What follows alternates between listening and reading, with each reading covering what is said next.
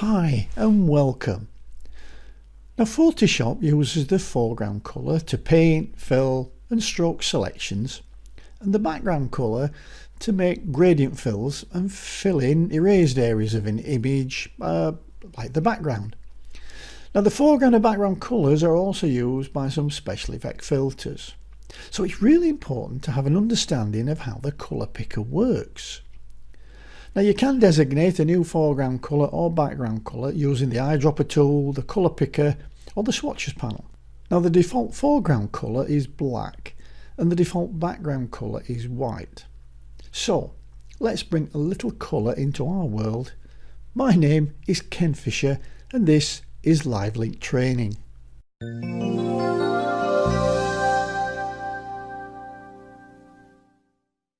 Okay, the first thing is, well, where are the foreground and background colours? Well, they're down here. This first little colour swatch here, this is the foreground colour, and this second one that looks as though it's underneath it, this is the background colour.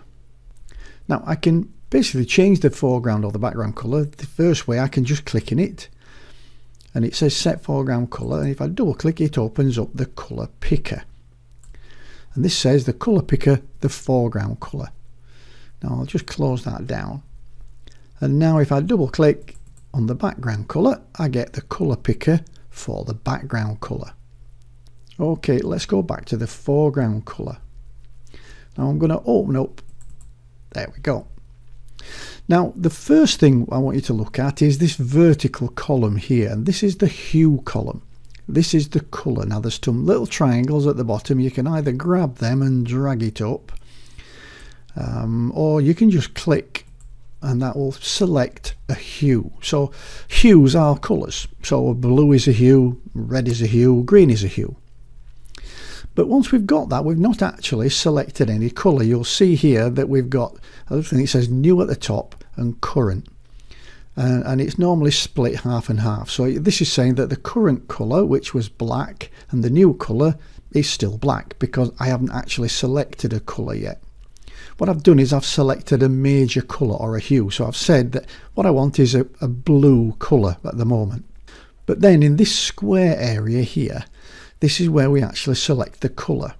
So if I now click, what I've now done is selected a colour at this point here, and you can see it's put it in this little colour swatch at the top.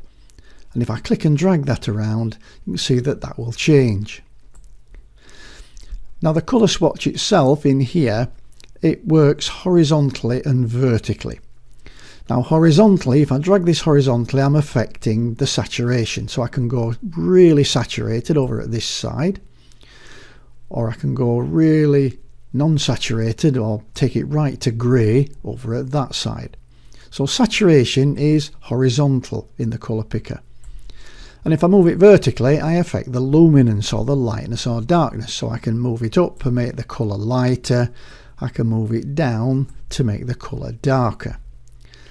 So let's pick a colour somewhere around there and we'll click OK. And you'll see that will now appear in the foreground colour picker. And exactly the same thing will work with the background colour. I can pick a colour, we'll say we'll go for the reds. I click and drag till I find a red that I like and I click OK. So I've now picked a different colour in my foreground and my background colour. So now we've got a foreground and a background colour, what can we do with them? Well, we can paint with them. Let's have a look at that. So I'll just create a new empty document that I can paint on, and we'll pick, say, an A4. Doesn't really matter what size. And now I'm going to select my paintbrush, and it's already selected, but you can click on the paintbrush tool in the toolbar, or you can press the B on the keyboard shortcut. And now I've got a brush. I can change its size with the square brackets, make it bigger and smaller. And now I'm going to start painting, and I'm going to start painting with the foreground colour, which at the moment is blue. So if I click and drag, I'm painting with blue. Now if I change the foreground colour, I'll change this to say one of them colours, don't quite know what that is, and click and drag. I'm now painting with that colour, and I'll do it one more time. I can pick another colour, say a yellowy browny colour, click OK and click and drag, and I've got my actual browny colour. Now another way I can pick a colour is with the eyedropper tool. Now I don't know whether you noticed, but when I click to open up the colour picker, when I'm outside the colour picker, my cursor changes to a little eyedropper. And this is a sampler, a colour sampler tool. So now if I move it over a colour in the image, like this one here, there's some blue, and I click on that, it automatically puts that specific blue, so I'll click OK, in the foreground colour picker. So I'll try that again. If I click to open up the colour picker, I've got my eyedropper, I'll click over that purpley colour, click OK, and that's now in the colour picker again. And finally we'll do the brownie one again. So if we click the colour picker, I've got my little sampler, click on the brown colour, click OK, and then I'm painting with brown again. Now another way of picking colour is to use what's called the swatches or the colour panels. Now where do they? Well, they live in the window menu. If they're not open, these are panels, and if I go down to my swatches, it'll bring in this side the swatches panel and the colour panel. Now these are both for making colours and for giving us access to different colours. Now there is a separate video on swatches and colour, but I'm just going to show you this, that these are pre-formatted colours that ship with Photoshop, and you can create your own. And we've got the colour panel, and basically we can just drag up and down. We've got a hue slider, and we've got the luminance and the saturation on this side. So in the colour panel we could click there, drag it round to put that colour in the colour swatch. So if I click and drag, if you look over at the colour swatch, you'll see that it changes as I click. I'll just make it a bit lighter so you can see it. And this is basically giving us a whole range of colours. And we've got the foreground and the background colour swatches in the colour panel. Now in the swatches panel, these are pre-formatted, so basically it's just a click. So if I click on one of them, it'll put an orangey colour in, cyan blue, clicking that. So basically this is just giving you quick access to a lot of different colours. Okay, so what else can we do with colour? Well, we can fill from it. We can fill from the foreground colour or the background colour. So whatever the foreground colour is, here it is, it's like a browny colour. If I now go to the edit menu and down to the fill dialog, and there's a keyboard shortcut of Shift and F5, then in this little drop down here I've got the option to fill from the foreground colour, the background colour, specific colour, and some other things. But all I'm interested in is the foreground and the background colour. So now I could fill from the foreground colour. And if I click OK, it fills the whole document with that colour. And if I go now back, edit and fill, but this time let me try the background colour and click OK, and it fills the whole thing again. Now we can fill either the whole document, which we've done here, or we can fill a selection, and that's a part of a document. So let's try that with, we'll just make a regular selection with the marquee tool. So we'll just make a big square. So we've now got a selection. And now when we fill from, let's say, the foreground colour, it will fill that selection. I'm now going to go to edit and fill, and I'll fill from the foreground colour. And I'll click OK. And now it's constrained by the selection we've made.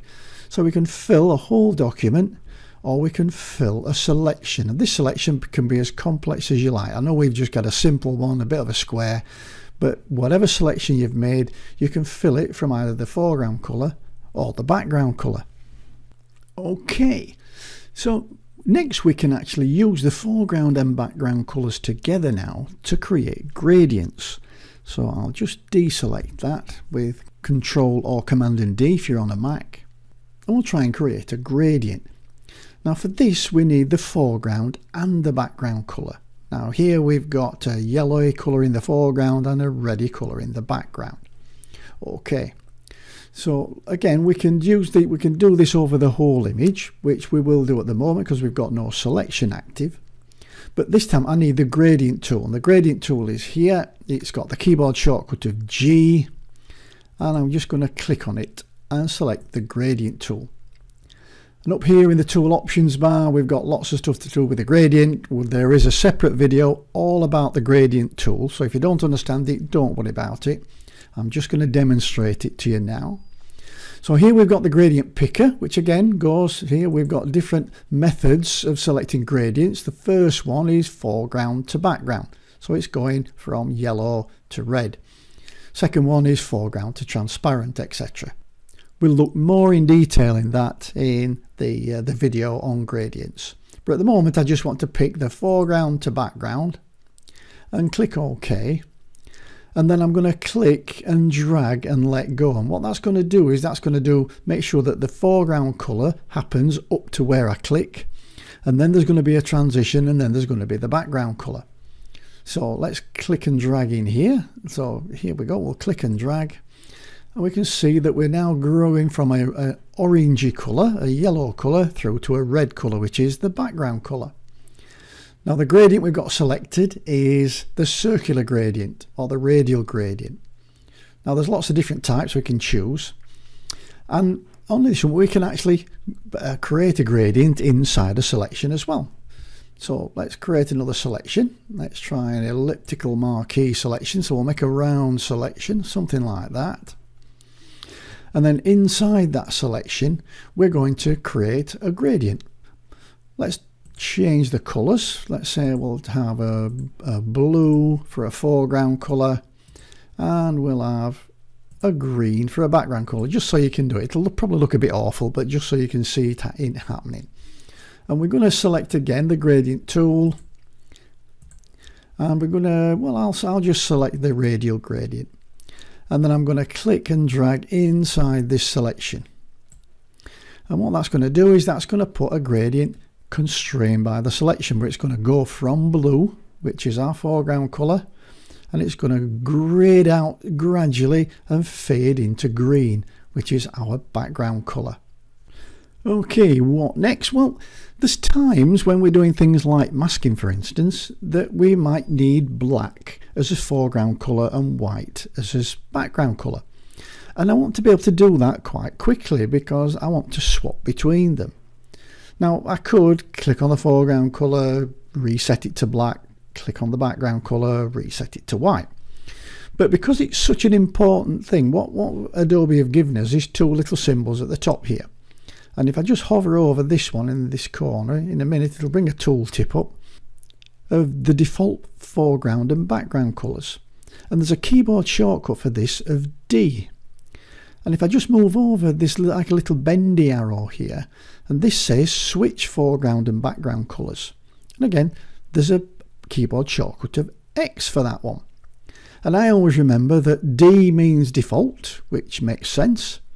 And X means exchange the foreground and background colours.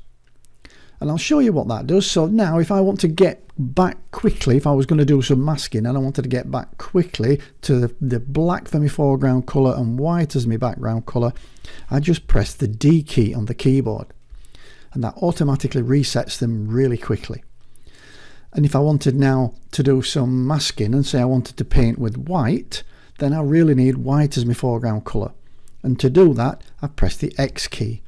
And you can see how it exchanges them. If I keep pressing the X key, it keeps swapping those colours round. So I'll show you that again. If we have let's say a red colour in the foreground colour and a blue colour, say, in the background colour, if I want to reset them quickly to black and white or to default, I can hover over one of these and click it, or I can just press the D key. And if I want to swap them round, I can click on this little icon here, or I can just press the X key. Either will do the job. Well, that's it for this video, all about the colour picker and selecting foreground and background colours. I do hope you liked it and found it useful. If you did, give me a thumbs up and leave a comment under the video. And please click that subscribe button at the end to help me grow my Photoshop learning community. I'll see you in the next video. Bye for now.